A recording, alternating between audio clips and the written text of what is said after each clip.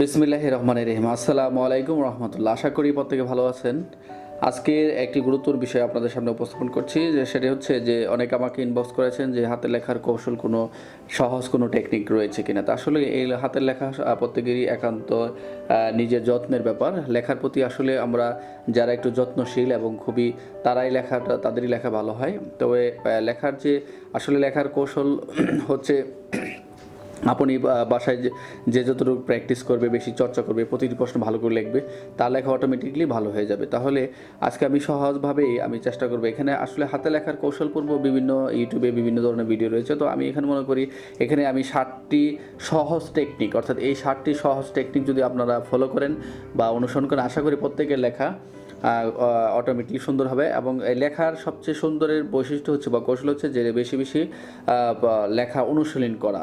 অনুশীলন করে যদি লেখেন তাহলে আশা করি প্রত্যেকেরই লেখা সুন্দর হওয়ার কথা। তাহলে আমি মূল আলোচনায় চলে যাই, যেখানে হাতে লেখা কৌশল পর্ব 2 এর যে সহজ 7টি টেকনিক আমি মোটামুটি দেখাচ্ছি। এখানে একটা বিষয় হচ্ছে যে এখানে আমি একটি ইংরেজি বা বাংলা খাতা আপনারা প্রত্যেকে লাইব্রেরি থেকে আপনারা কিনে নেবেন। এখানে বেশি নয়, অর্থাৎ এরকম একটা বাংলা খাতা বা ইংরেজি খাতার জন্য আপনারা এই ঘরগুলো রয়েছে, ঘরের ভিতরে আপনারা চেষ্টা করবেন লেখার, অর্থাৎ এই ঘরগুলোর ভিতরে আপনারা বর্ণমালাগুলো লেখার চেষ্টা করবেন। এবং যদি যারা প্রশ্ন মুখস্থ করে আপনারা এই ঘরের ভিতরে বেশি বেশি করে লেখে লেখে মোটামুটি একটা আত্মস্থ করবেন। তাহলে আমি হাতে লেখার যে কৌশল পর্ব 2-তে যে 7টি সহজ টেকনিক আমি আপনাদের সামনে উপস্থাপন করছি। তাহলে এখানে প্রথম যে টেকনিকটা হচ্ছে 1 নাম্বার, সেটা হচ্ছে যে অবশ্যই বর্ণমালা। আমি 1 নাম্বার টেকনিক বলছি যে বর্ণমালা প্রতিদিন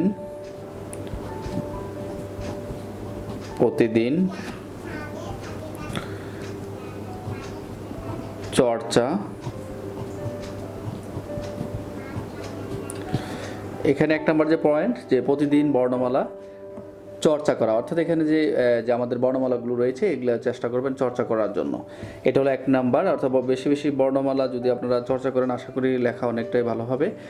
2 নাম্বার হচ্ছে যে প্রতিদিন আপনাদের খেয়াল রাখবেন যে এরকম পেজে প্রতিদিন কমপক্ষে 1 পৃষ্ঠা করে সুন্দর করে লেখা। তাহলে 2 নাম্বার টেকনিকটা হচ্ছে প্রতিদিন কমপক্ষে, আমি কিন্তু মাছ ঘরে লিখতেছি, কমপক্ষে 1 পৃষ্ঠা করে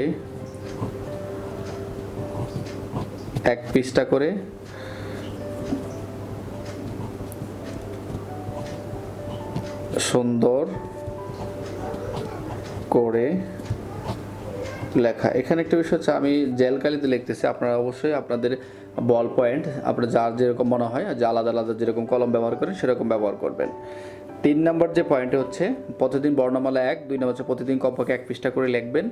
3 নম্বর যে পয়েন্টটি খুবই গুরুত্বপূর্ণ, অক্ষরগুলো যে আমরা লিখছি খুবই স্পষ্ট করে লেখার চেষ্টা করুন। অক্ষরগুলো স্পষ্ট করে লেখার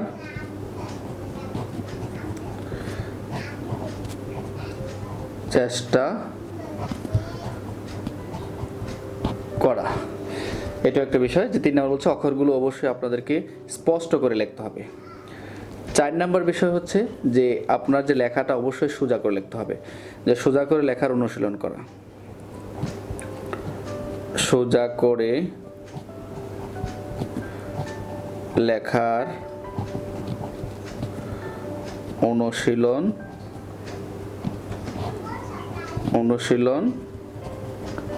করা, এটা একটা বিষয়।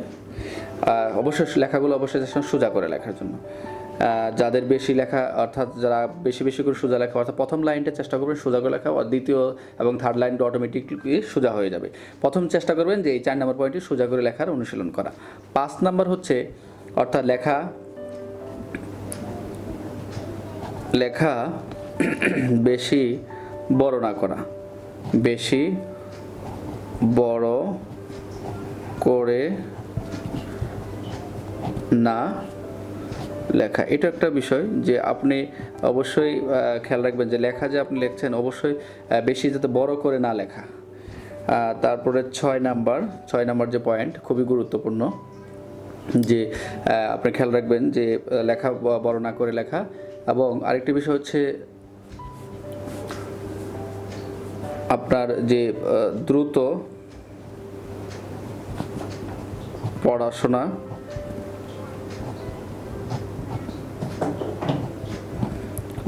পড়াশোনা করা এটা একটা খুবই গুরুত্বপূর্ণ, কারণ আপনি যত দ্রুত অর্থাৎ উচ্চস্বরে বা দ্রুত পড়াশোনা করবেন আপনার লেখার স্পিডটাও আপনার লেখাটাও তো সুন্দর হবে। এটা একটা বৈজ্ঞানিক কৌশল। সর্বশেষ যে পয়েন্টটি আমরা খেয়াল করব আপনার এছাড়াও আমরা যে যখন লেখার সময় যে বসার যে পজিশনটা আপনারা একটু খেয়াল রাখবেন।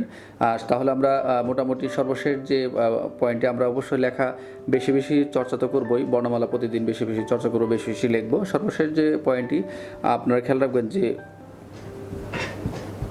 ওভার রাইটিং, এটা একটা বিষয় খেয়াল রাখবেন যে ওভার রাইটিং থেকে বিরত থাকবেন।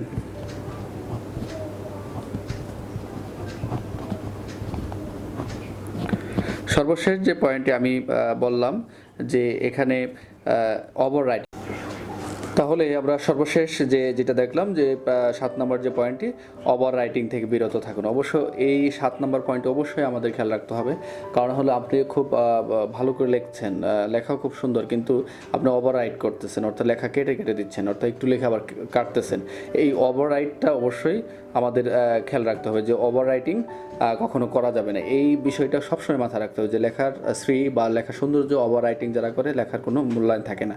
তাহলে আমরা প্রথম থেকে খেয়াল করি, তাহলে আজকে যে আমরা এখানে যে মোটামুটি 7টি যে পয়েন্ট বললাম, যে প্রথম পয়েন্টে আমি রিভিশন দিচ্ছি আরেকবার, যে বর্ণমালা প্রতিদিন চর্চা করুন। এটা সম্ভব যদি হয় আপনারা অবশ্যই একটু চর্চা করবেন, একটু দেখে নেবেন, বর্ণমালাগুলো একটু চর্চা করবেন। আরেকটি বিষয় হচ্ছে যে 2 নম্বর বলেছি প্রতিদিন কমপক্ষে 1 পৃষ্ঠা করে অর্থাৎ সুন্দর করে লিখবেন। অবশ্যই এই চর্চাটা আপনারা করবেন, অবশ্যই সুন্দর করে 1 পৃষ্ঠা করে প্রতিদিন লেখার চেষ্টা করবেন। আর অক্ষরগুলো 3 নম্বর বলে অক্ষরগুলো স্পষ্ট করে লেখার চেষ্টা করা, অবশ্যই চেষ্টা করবে লেখাগুলো স্পষ্ট করে লেখা। আর একটি 4 নম্বর বলেছে সোজা করে লেখার অনুশীলন করা। 5 নম্বর বলেছি লেখা বেশি বড় না করে লেখা, সবসময় চেষ্টা করে মধ্যম পন্থা অনুসারে আপনার লেখা অনুযায়ী, অর্থাৎ আপনি বেশি বড় না করে লেখা। 6 নম্বর বলেছে দ্রুত পড়াশোনা করা। এটা একটা লেখার খুবই দ্রুত কৌশলের একটা বিষয়, যে আপনি যত দ্রুত পড়াশোনা করবেন তত লেখার স্পিড এবং লেখার মানটা অনেক ভালো হবে। সর্বশেষ আমি আবার বলছি যে ওভার রাইটিং থেকে বিরত থাকুন। অবশ্যই এই বিষয়টা আপনার অবশ্যই খেয়াল রাখতে হবে যে ওভার রাইট থেকে আপনার বিরত থাকতে হবে। তাহলে মোটামুটি আজকের যে লেখার যে কৌশল, অর্থাৎ আমরা এখানে দেখলাম, তো মোটামুটি আশা করি যে এই 7টি কৌশল যদি অর্থাৎ 7টি টেকনিক যদি আপনারা খুব মোটামুটি একটু মূল্যায়ন করেন বা মোটামুটি মেনে চলেন, তাহলে আশা করি প্রত্যেকের, অর্থাৎ যারা লেখা একটু দুর্বল, লেখা একটু সুন্দর করতে চান, তাদের অবশ্যই এই 7টি নিয়মগুলো অবশ্যই পালন করতে হবে। আশা করি মোটামুটি এই নিয়মগুলো মেনে চললে অবশ্যই লেখা সৌন্দর্য হতে বাধ্য। তাহলে মোটামুটি আশা করি পর্ব 2 থেকেই আজকে এই লেখার কৌশল পর্ব 2 থেকে বিদায় নিচ্ছি। এই সহজ টেকনিক আপনারা চেষ্টা করবেন সুন্দর চর্চা বা অনুশীলন করার জন্য। আমরা পরবর্তী কৌশল পর্ব 3-তে আমরা নতুন কিছু নিয়ে আসবো এই হাতে লেখার বিষয়ে। তাই প্রত্যেকে ভালো থাকবেন। আজকের হাতে লেখার কৌশল পর্ব 2 থেকে বিদায় নিচ্ছি। আসসালামু আলাইকুম ওয়া রাহমাতুল্লাহ।